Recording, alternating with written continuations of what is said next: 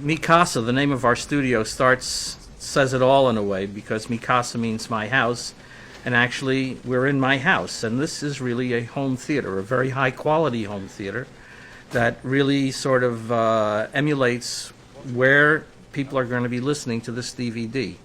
And what we do here basically is convert the theatrical soundtrack to a DVD soundtrack. Now with 7, New Line and David Fincher said, let's take this one step further. Let's back up before the step of the final mix for the theatrical print, and let's actually remix the movie for DVD and make the mix as best as it can be for the home theater platform. All the sound stages in movie theaters are set up to a curve called the X curve, which was sort of defined in the early 70s, and has quite a bit of a roll-off starting at about 2.5K. It starts to go away. One of our jobs here at Mikasa is to re-equalize the film soundtrack or the stems themselves to compensate for this equalization. The way we went about it was we took the pre-existing stems, as they're called, of dialogue elements, ambience elements, effects elements, and music elements. Each one of those about 6 tracks wide. So we're looking at about 24 tracks of stems, and had them transferred from their analog masters to digital 24-bit 48K. Like they say, it's the sound of silence. When you hear something coming off the mag, an analog mag, print master, for example, you actually hear the sound of the medium. What the Cedar system does in the SADI digital audio workstation is we actually build a algorithm of the noise. We take a noise sample and we build an algorithm of it, and then we apply it at 180 degrees if we were talking in the analog world, but we actually apply this algorithm. Noise snapshot, you might call it. Yeah, noise snapshot, and we apply it in reverse and actually only remove the noise and not the audio. It's a kind of a magical thing. It was interesting when we got into the mixing, and the second time that Wren and Fincher came back to take a listen to our mix, I mean, they sat with a piece of paper and a pencil and, made some notes on, okay, at this scene, bring the footsteps down, maybe a little more rain in the rears here. Left rear, right rear. Through the center. We have left, center, right, and subwoofer all discrete. That's the 5.1 That's platform. the 5.1 platform. And then it all of a sudden occurred to Wren Kleiss that, I never got to fix this little thing in the theatrical mix. Could we fix that? Of course we can. We're going through this again. Oh, and there's also this water droplet effect. Can we add Off that? a guy's hat. Sure, we can do that too. The guy's in the rain and there's water on his hat. And he goes down like that and you hear the water ploop. It's kind of a strange generic disc, but it has every format on it so that basically it covers the entire territory and really allows the film to develop its full potential no matter what format and what playback system you have at home. Dolby 5.1, DTS 5.1, the LTRT, which is the fold down of the 5.1, and the two 5.1 playbacks can be decoded into 6.1 using EX or ES decoding. Doing that, we went through and looked at the ambient stems and the effect stems and tried to find things that we could actually enhance by putting them into a center rear channel. For example, the flyby in the end of the helicopter, yes, which now really moves. You feel it moving around the room. It comes off, it's off the right rear, through the center, over to the left rear, or is it left rear to right rear? I'm not sure. You guys find it in the movie. You guys find it in the movie. But there's some other scenes where there's effects of some, it sounds like butterfly flapping or scissors cutting, and they're flying all around your head. We went in and edited them and put them in the center rear channel and left rear channel, right rear channel, and actually gave the more rain in the rear. Gave the center rear, not to be confused with the center front, but gave the center rear some information that was unique to itself, as opposed to just smearing the original stereo rear across the back. Exactly was the point of the telecine process we used for this was transferred on a Spirit Data Cine, which is a 2K telecine machine, so we can spit out high definition signals and high definition pictures. The color corrector we used was a DaVinci 2K color corrector. The older transfer of 7 employed the bleach bypass process, and you're able to see that because it holds up on the DVD in terms of the bit rate. The newer transfer employs the Spirit, Datacine, and D5, which are high definition formats, and that quality is, many times over better than trying to record the images in standard definition, and that relates to the contrast and the range and the sharpness and the resolution and the picture quality.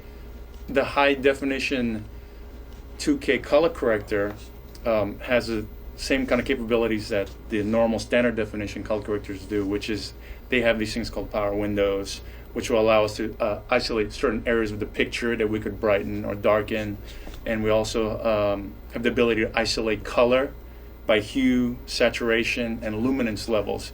So it gives us much more creative control. It gives the director much more creative control over what he would like his pictures to look like, much more so than he would just strictly as film timing for his feature projected in a theater. David and I spent a lot of time together just working on some shots that maybe he wasn't quite as happy with when they actually shot it on a set, that he wasn't able to affect that much in the film timing process. But in the video, we'd fix everything. We'd fix every color that's there, and darken hot spots that bugged him, or brighten certain areas that he wanted it to be shown a little bit more. By being able to use the Spirit Datacine, which is a high definition system, and having the original negative on top of that, which is giving you first generation quality, and being able to master to a high def stock, and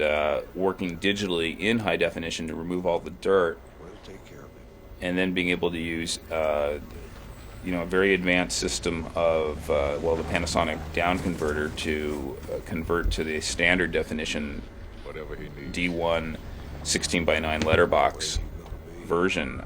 You have a process that's just as far superior. As far as our video transfer goes, all the problems that you would have in projection, like weave, side to side weave that comes with films, that's just inherently in any projection system with film, or the grain, or the splices going by, all those things are eliminated in the video transfer. It's just a much sharper, cleaner image, still retaining the look and the feel of the movie, but it's just like a much more kind of pleasing to the eye type image than you would if you saw it at a theater. Well, the original negative, using original negative, is very, very unusual for a feature mastering process, for several reasons. Number one is when you're using original cut negative, we're very concerned about the splices breaking or damaging the original element, which would be a real big disaster, obviously. To tell you the truth, David was very futuristic about the possibilities of getting involved with electronics and not using necessarily photochemical processes to preserve the negative. Ernest Hemingway once wrote, "The world is a fine place and worth fighting for." Okay, so now that we've been talking about all this technical stuff and telecine, let me just show you exactly what I do and how we transfer the film to videotape.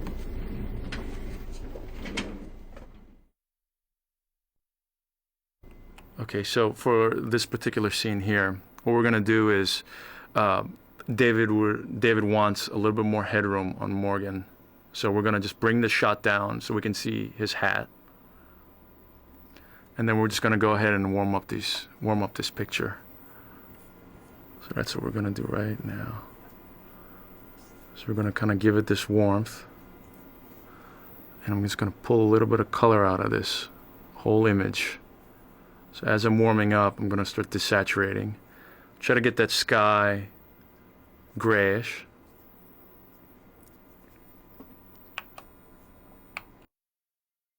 Just for a second here. What I'm matching here is this is a still of a color correction that we set. That's kind of like the basis of matching all the other shots to. So I'm kind of matching densities and skin tones and stuff to make it seem like they're all in the same area here. As we see here, the skies are totally different, but we're just going to try to get it to that same kind of tone to make it feel like it's in the same area. So that's what I'm doing right here. So I'm going to keep that correction there.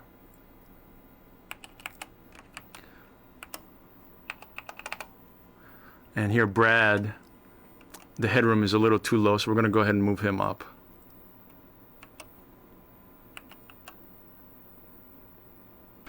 Okay, so we're going to take a look at this shot here. As we see at the beginning, Morgan's head is kind of buried in the frame here, so we're going to bring him down a little bit. I'm just going to go ahead and reframe the shot. And there at the end of the shot, he just kind of, there's a lot of headroom there. So what I'm going to basically do is put a correction in, which I'll do just in a second. I'm going to go ahead and recolor this and make this warmer, which is what David wants this scene to look like.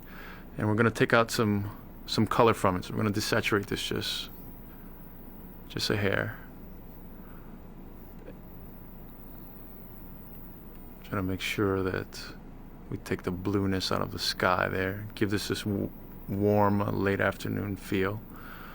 So I'm going to match this up from, and as we can see, the skies are slightly different, but we just kind of want to give it that same feel and just make sure it's not like a blue sky kind of day. So we're going to go for that color there. And now what we're going to do with the shot is right at the end where we see there's a lot of headroom there, we're going to take some of that headroom out. We do this, I'm going to put a dissolve in here. We'll do a slow transition. So when it finally hits that shot, we'll get the headroom back to some more decent level.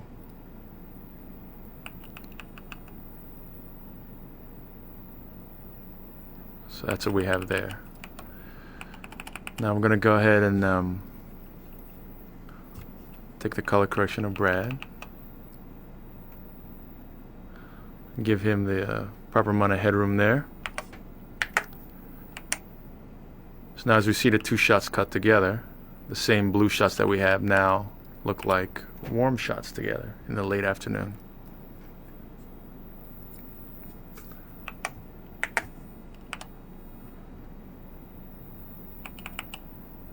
Take the same correction here.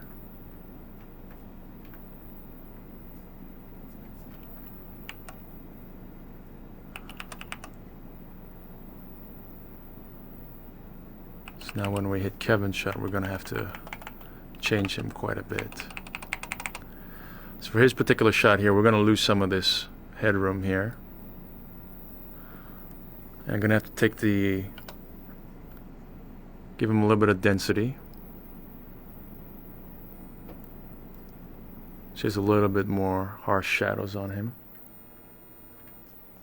like we have here. And we're going to have to fix that sky. So again, what I'm going to do is just take some color out. Start giving it more of a warm feel.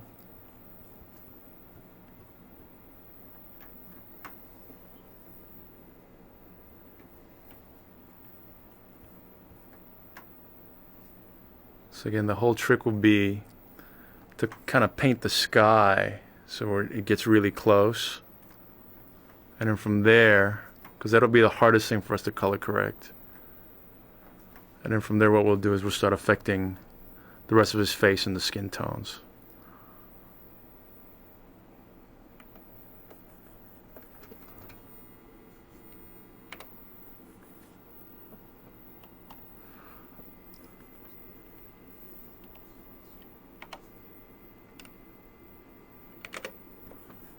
So I'm going to do is just pick out, when we see this arrow moving up here, I'm just going to kind of latch on to the skin tone here, and I'm just going to kind of,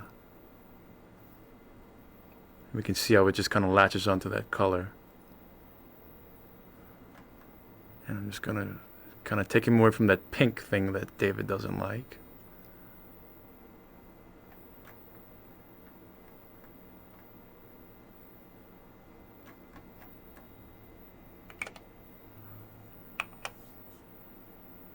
I'm going to kind of give him that kind of color there.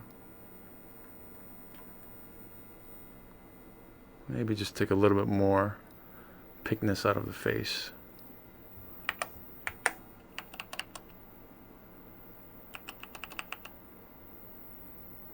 So when we get to those shots there, it'll look like that.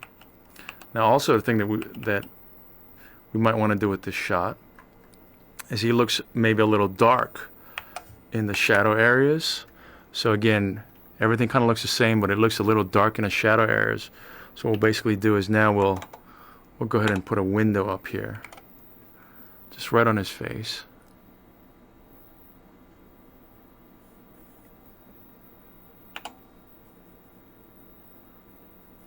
Just gonna kind of do something like this.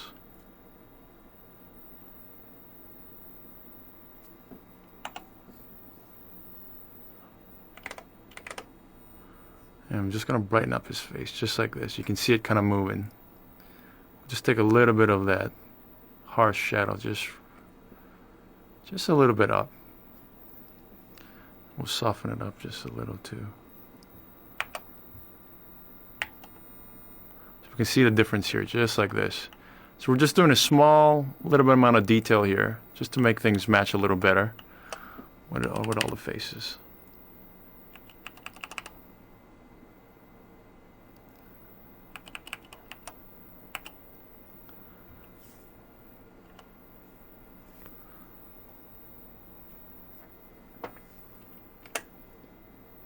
So here we're going to take, we're taking that last correction of Brad. And it just looks a little dark in the shadow, so we're going to go ahead and bring that down. Bring that up. Give him just a little bit more headroom. When they have these handheld camera moves, sometimes it gets a little hairy for them and the headroom gets a little tight. Sometimes it gets a little too much. So we'll go ahead and reframe that here in Telecine.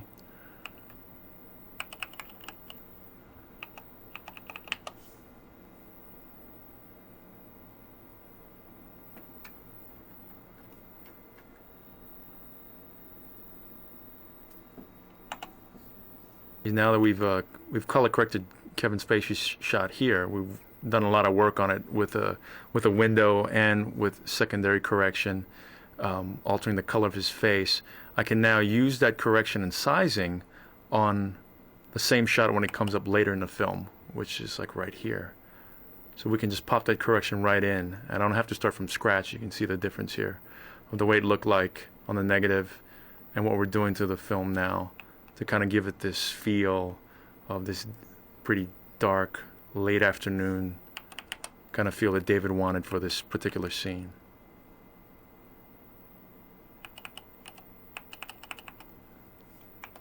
And again, when I see Morgan's shot, because it kind of looked like Kevin's, I'll pull up that same correction and I'll just kind of tweak it to make it look good from here.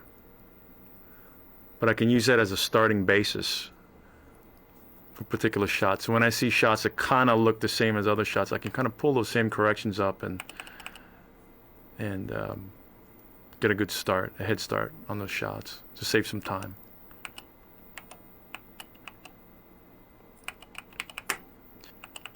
So now we have Brad's shot here. That's going to be a little difficult because this shot was very red to start with.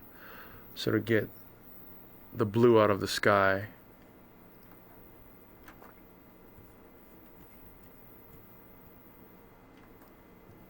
he's going to be even a little redder, and we're going to have to come in through the secondaries to try to pull this color out.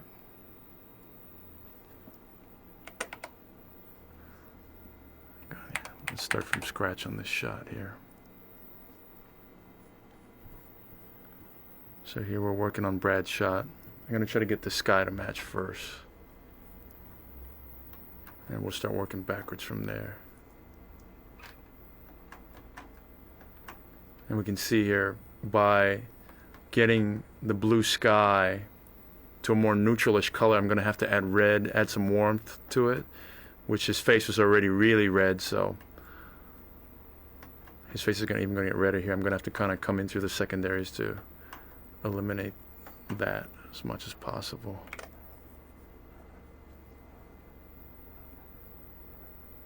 So we're just kind of taking some color out of him. We're going to take that pink, which David hates, out of his skin tone.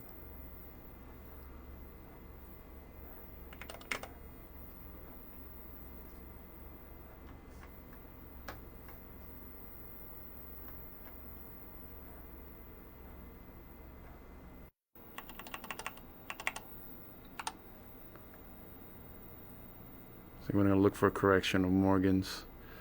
And sometimes, even though we're looking at the same shot, the corrections doesn't work because, you know, the time of day might have changed. It could be maybe take 14, the lighting totally could have changed. So we're still going to have to adjust the shots.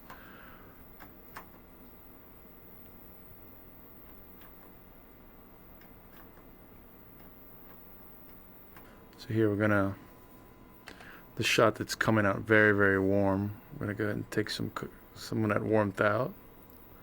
Get this a little bit more neutral. And again, with all these shots, it's almost always we're going to have to desaturate.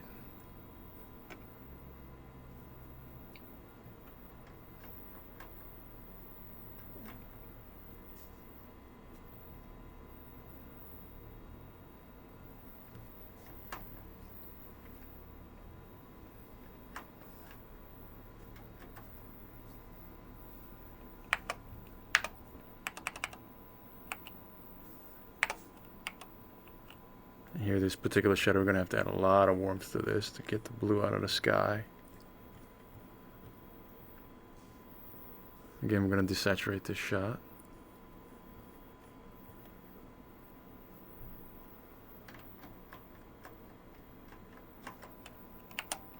And hopefully this is all cut together.